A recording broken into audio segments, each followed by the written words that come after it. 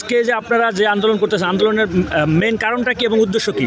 আজকে আমাদের আন্দোলনের কারণ হলো গিয়ে যে আমরা আজকে পুলিশ যে পরিমাণে আজকে আমরা নির্যাতিত, কাদের জন্য, যাদের জন্য নির্যাতিত তাদের জন্য আজকে যে অফিসারদের আদেশ পালন করতে গিয়ে আজকে আমাদের এইরকম অবস্থা, যে অফিসারদের আদেশ পালন করতে গিয়ে আজকে আমার পুলিশ এইভাবে আগুনে জ্বলে মরেছে, এইভাবে রাস্তাঘাটে মরেছে, এদের বিরুদ্ধে আজকে আমাদের আন্দোলন হলো যেন আমরা সঠিকভাবে রাস্তায় যেন আমরা ডিউটি করতে পারি এবং এই ডিউটিটা কাদের জন্য আমরা করতেছি যেন জনগণকে আমরা সুন্দরভাবে তাদের সেবাটা বুঝিয়ে দিতে পারি। আর আমাদের আন্দোলনটা হলো গিয়ে যে আমরা চাই না যে রাষ্ট্রে আমরা কোনো রাজনৈতিক দলের সাথে আমরা কাজ করতে, কোনো রাজনৈতিক পাওয়ারের উপরে আমরা কাজ করতে চাই না, কোনো সরকারের অধীনে আমরা কাজ করতে চাই না। আমরা একটা নিরপেক্ষ সেবা দিতে চাই। আমরা বাংলাদেশের জনগণকে একটা নিরপেক্ষ সেবা দিতে চাই, যেন কোনো রাজনৈতিক প্রভাব না থাকে আমাদের সেবার মধ্যে।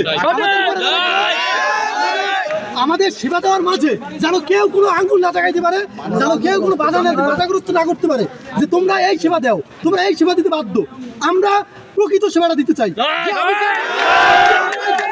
সে বাংলাদেশের যেই হোক না কেন, সে বাংলাদেশের যত বড় ক্ষমতার লোক হোক না কেন, যদি সে অন্যায় করে আমরা পুলিশ আমরা যেন এই আইন শৃঙ্খলা রক্ষা করতে পারি, আমাদের যেন কোনো বাধা না দেওয়া হয়, এইটাই হচ্ছে আমাদের প্রধান দাবি।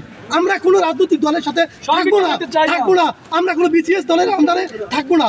আমরা আমাদের নিজস্ব ক্ষমতায়, পুলিশের নিজস্ব ক্ষমতায় বাংলাদেশে চলবো, বাংলাদেশের মানুষের সেবা দেবো, নিরপেক্ষ সেবা। আমরা রাষ্ট্রপতির অধীনে থেকে আমরা সকল জনগণকে সেবা দিতে চাই। আমরা কোনো মন্ত্রী এমপিদের প্রোটোকল দিব না, কোনো মন্ত্রী এমপি আমাদের কাছে প্রোটোকল পাবে না। মন্ত্রী এমপিরা যদি সুষ্ঠুভাবে দেশ চালায়, ভালোভাবে দেশ চালায়, তাহলে তাদের প্রোটোকলের প্রয়োজন মনে হয় না আমাদের লাগবে। এবং আমরা চাই যে জনগণ, সাধারণ রিকশাওয়ালা থেকে শুরু করে, মুচি থেকে শুরু করে, তারা যেই সেবাটা পাবে এমপি মন্ত্রীরা সমান একই সেবাটাই পাবে।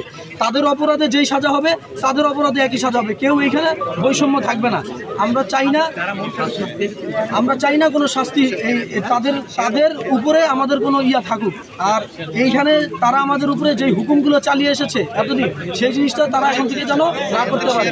আমরা এটা আশা করি যে আমাদের যে সাধারণ ছাত্রছাত্রী ভাইয়েরা তারা যে আন্দোলন করেছে এই দেশটাকে সুভাবে গঠিত করার জন্য, তাদের দ্বারা কোনোদিনই পুলিশের উপরে হামলা করা সম্ভব না। আমরা এটা ভালোভাবেই জানি যে পুলিশের উপরে যে হামলাগুলো হয়েছে এটা আমার সাধারণ ভাই বোন কোনোদিনই করে নাই। তারা যেমন দেশটাকে সংস্কার করার জন্য নেমেছে, আমরাও পুলিশ বাহিনীটাকে সংস্কার করার জন্য নেমেছি। এবং আমাদের পুলিশ ভাইদেরকে যারা মেরে ফেলেছে, যারা সহিংসতায় আমাদের পুলিশ ভাইদেরকে জ্বালাওপোড়াভাবে নৃশংসভাবে মেরেছে, তাদেরকে আমরা যৌক্তিক, তাদের উপরে সঠিক বিচারের আমরা আহ্বান জানাচ্ছি। এবং আমাদের যে পুলিশ পরিবার আজকে এই অবস্থায় আছে, তারা প্রত্যেকেই তো চাকরিজীবী ছিল, তাদের উপরে আমাদের ফ্যামিলি ডিপেন্ড করতো।